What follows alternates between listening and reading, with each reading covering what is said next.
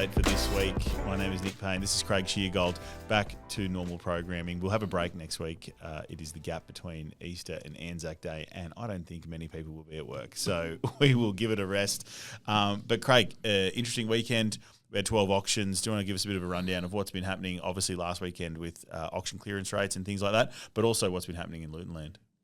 Yes, so good weekend. 6 out of 12 of those properties have sold, Nick. Also a couple are really close too. We're negotiating on at least two of those, one with the top bidder, one with the new party. So hopefully we'll get a couple more of those together.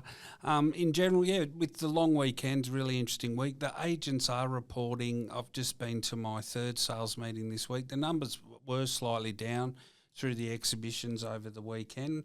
No particular reason being offered as to why that's happened, but we still we've got 19 properties that are under offer, as well as those auction results, and we have, I'm just having a look here for new listings for the month. A little bit slow out of the blocks, but we've listed 33, and a lot of those vendors are obviously mindful that we don't have a lot of stock starting this weekend with Easter and the following weekend, so probably 33. How do you feel about that number? Yeah, look, I think a lot of people are sort of waiting to get through this little bit of turbulent time.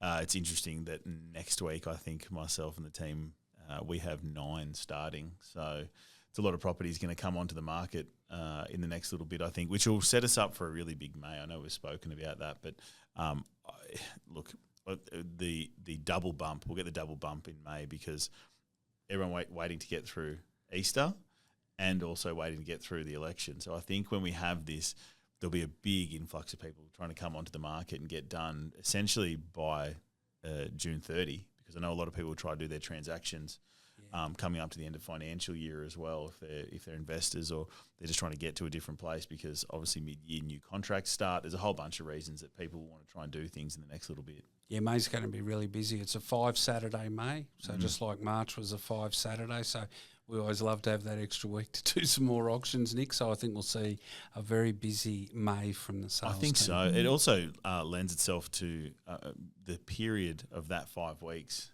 There's another 2 long weekends in June. So it's the time to get sold, essentially. So it's going to be really interesting. We were speaking just before about obviously the elections coming up. They're getting a little bit we're getting a little bit political here. But the two, I guess, major announcements out of the two parties, one being Labor's home guarantee scheme. So they're trying to get or remove some of the barriers there. There were limits depending on city to city, but now they're talking about just removing them, and also $10 billion to try and build 100,000 affordable homes, which don't know what that's going to look like. The scheme's supposed to go over 8 years, but it's a lot of new houses they're pledging to build. Thoughts on that one? Well, I'll take it all with a grain of salt, Nick, to be quite open with you. I realise too, with some of the announcements over the last few years, there has been a lot of problems in the industry with regards the labour costs, having the tradespeople to build the homes, dealing with the local governments, dealing with local councils.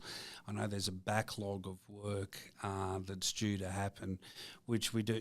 Housing affordability, I think, is a huge issue in this election. It's interesting too, because good opportunity for you to segue into what the coalition are doing, has come up with as a proposed policy. Yeah, so their change would be essentially interest payments on the first $650,000 of your mortgage if you're eligible, so $175,000 a year earner as a single or $250,000 as a couple, but being able to essentially claim the interest on your mortgage, that's designed to help the affordability and try and make it a little bit easier for people.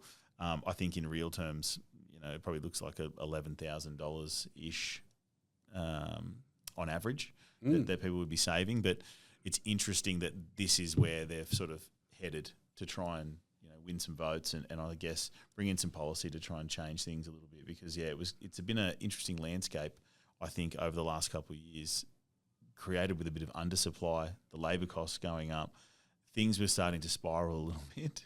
So I feel like they're very much trying to make things a little bit easier for people to get into housing.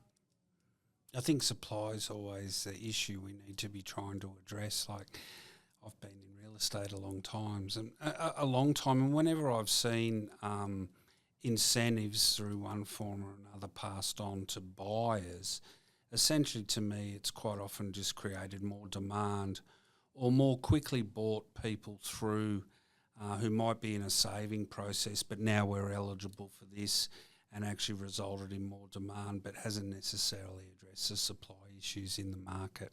Yes. The greatest thing coming up over the next 2 weeks is the amount of football about to be played.